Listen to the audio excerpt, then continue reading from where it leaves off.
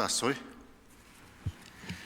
За энэ татварын ерөнхий хуулийн дээр бас агц дэвшил гарч ийна. Аж ахуйн нэгжүүд бас удаан хүсэж исэн саналуудаас бас оруулж ирсэн талархалтай байна. Тэгээд энэ нь болохоор одоо энд миний онцлохоор одоо онцломоор заалт болохоор 63-2 дээр татварын үр барагдуулгын албадлагын арга хэмжээг илүү хөнгөвчлсөн ийм зүйл заалт оруулж ирсэн байна. Тэгээд энийг бол бас аж ахуйн нэгжүүд бол талархалтай дэмжиж байгаа. Өөрөөр хэлбэл энэ аж ахуйн нэгжүүд үйл ажиллагаагаа хэвийн явуулж дампуур хэрэгслээс тэр орлогыг хамгаалах, тасралтгүй үйл ажиллагаа явуулах, үргэлжлүүлэхийн болцоо боломжийг олгож одоо татварын өрийг хураахын тулд дансыг хаажгаад бүх орлогыг татдаг биш 20% одоо үйл ажиллагаанд нь зарцуулахын болцоо боломж олгож ийм заалт оруулж чад бас аж ахуйн нэгжүүд бол компаниудаас талархалтай байгаа.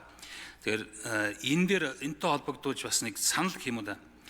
Энэ зүйл заалт болохоор хоёр одоо хувь хүн болон хуулийн этгээд хоёулаа хамрагдахаар байгаа. Тэгэхээр хуулийн этгээдтэй холбоотой асуудал дээр болохоор энэ 20% гэдгийг бас тодорхой хэмжээнд нэмэгдүүлэх болцоо одоо харж үзээч гэсэн ийм саналтай байгаа. Ер нь жижиг дунд аж ахуйн нэгжүүдийн хувьд манай одоо үйл ажиллагаа явуулж аж ахуйн нэгжүүдийн хувьд бол цалингийн зардал, цалин нийгмийн даатгалын зардал нь баг үйл ажиллагааныхаа зардлын 25-аас 35% байдаг ийм жишг байгаа. Тэгэхээр энэ хувь хэмжээг 30% болгоод үлдээчвэл ядаж ажлынхаа цалин одоо нийгмийн даатгалын шимтгэлээ төлөөд үйл ажиллагаа тасралтгүй явуулах ийм болцоо боломжуудыг нээж өгөхөөр ийм одоо заалт болж одоо аж ахуйн нэгжүүдэд нөгөө талаасаа татвар хураалтын ч гэсэн ийм дэмтэй зүйл заалт болох юм уу гэсэн ийм санал байгаа. Нөгөө талаас энэ хуулийн зүйл заалт манаас хувь хүмүүст хамааралтай байгаа.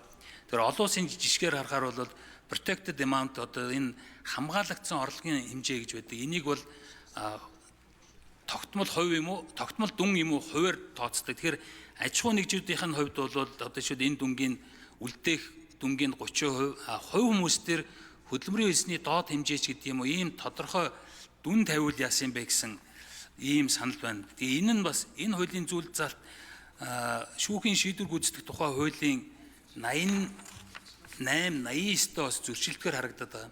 Тэгээд хувь хүний хувьд бол энэ татвар төлөхдөө нэг удаа гаргуулах төлбөрийн хэмжээ нь цалин хөлсний 50% сэтэрч болохгүй гэсэн ийм заалт байдаг. Дээр нь бас тодорхой хэмжээний одоо төлбөр одоо гаргуулж болохгүй юм орлогууд байдаг. Жишээлбэл энэ хөдөлмөрийн чадвараа алдсны, жирэмсний, амарцны тэтгэмжүүд, доонорт олгож байгаа нөхөн олгорын төлбөрүүд, тэжээгчээ алдсны тэтгэвэр тэтгэмж гэх мэт энэ орлогуудаас нь одоо энэ суудгалт хийж болохгүй гэсэн шүүхийн шийдвэрийн тухай хууль байдаг. Тэгэхээр энэ зүйл заалтыг хувь болон аж ахуйн нэгж хоёр ингээд ялгаад аж ахуйн нэгж дээр нь үлдээх орлогын 30%, энэ нь болохоор цалин нийгмийн даатгалтай одоо тэнцэх хэмжээний үйл ажиллагааг нь үлдээх. Тэгээд үйл ажиллагаа явуулаад татврын өрөө барагдуулахын болцоо боломжийг хангах. Нөгөө талаас хувь хүний хувьд бол энэ хөдөлмөрийн хөлсний доод хэмжээтэй уялдуулсан ч юм уу энэ тодорхой амжиргааны баталгааг хангах энэ дүнгээр нь дүн тогтоож өгвөл яасан бэ гэсэн ийм санал байгаа. Тэгэхээр яг энэ нь бол аж ахуйн нэгжүүдийн хувьд бол ер нь бол ингээд үйл ажиллагааг нь дансыг хаачаар дампуур хэрэгсэл рүү орчдөг. Тэгэхээр энэ нь буцаад олон хүмүүсүүдийн бас ажил амьдралтай холбоотой байдаг учраас энэ зүйл залтыг оруулж ирсэн талархалтай байна. Тэгээд саяын байдлаар бас өөрчлөлтөх зарчмын зөрүүтэй санал гаргая гэсэн юм бодолтой байгаа. Баярлалаа.